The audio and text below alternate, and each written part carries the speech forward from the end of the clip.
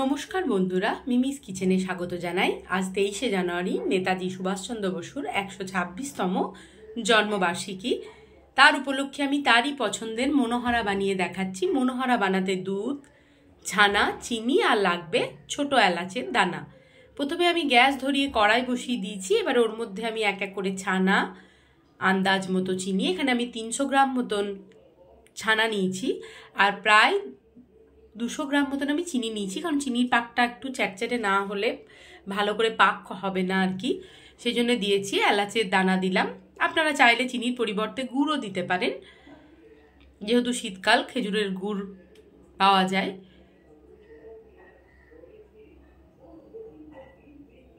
এবার আমি দিয়ে দিলাম ছোট বাটির 1 বাটি আমুলের গুঁড়ো। এটাকে খুব বেশি মিহি করে মোলাম করা যাবে না, এটাকে একটু দানা দানা রাখলে তবে ভালো লাগবে মনোহরাটা খেতে। একটা ছোট্ট প্রচেষ্টা, আর কিছু না।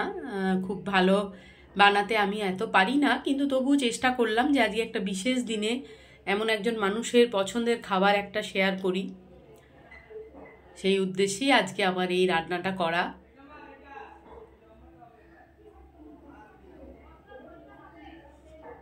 বাঙালিরা এমনি খেতে ভীষণ ভালোবাসে। সুভাষচন্দ্র বসু খেতে উনি খুব ভালোবাসতেন। বিভিন্ন পত্রিকা থেকে দেখেছি, পড়েছি, শুনেছি যে খিচুড়ি, তেলে ভাজা এসব খেতে উনি খুব ভালোবাসতেন, নারকেল নাড়ু।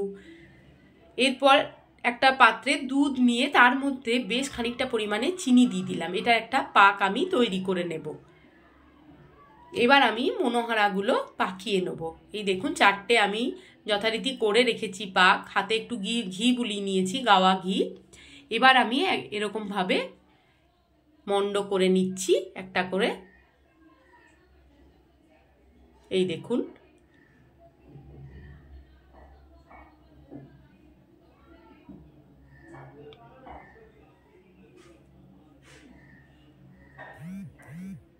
আজকে একটা বিশেষ দিনে মিষ্টি মুখ হয়ে যাক, এই জন্যেই বানানো। এই যে দুধটা আমি জাল দিচ্ছি, চিনিও দেওয়া আছে ভেতরে।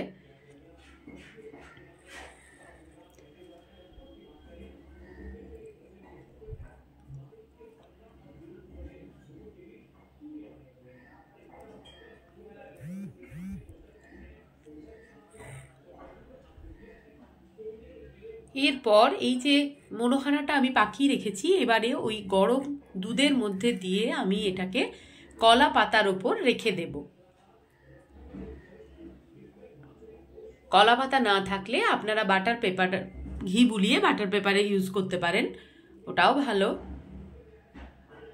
এইভাবে একটা একটা করে আমি এর মধ্যে রাখবো।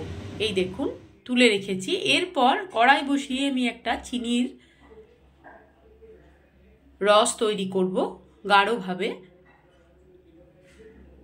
এই দেখুন একদম চ্যাটচ্যাটে মতন হবে। তখন একটা একটা করে ওই মনোহরাগুলোকে এর মধ্যে আমি ডুবিয়ে দেব।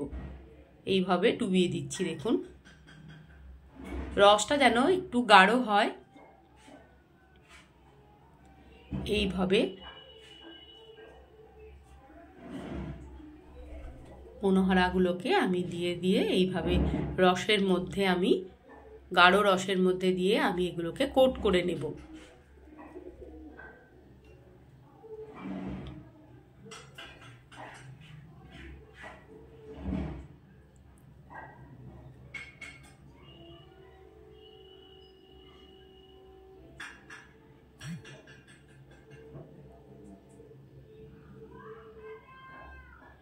এই দেখুন ঠান্ডা হয়ে জমে গেছে। তারপর এই দেখুন কেমন চিনির স্তর পড়ে গেছে চারিদিকে।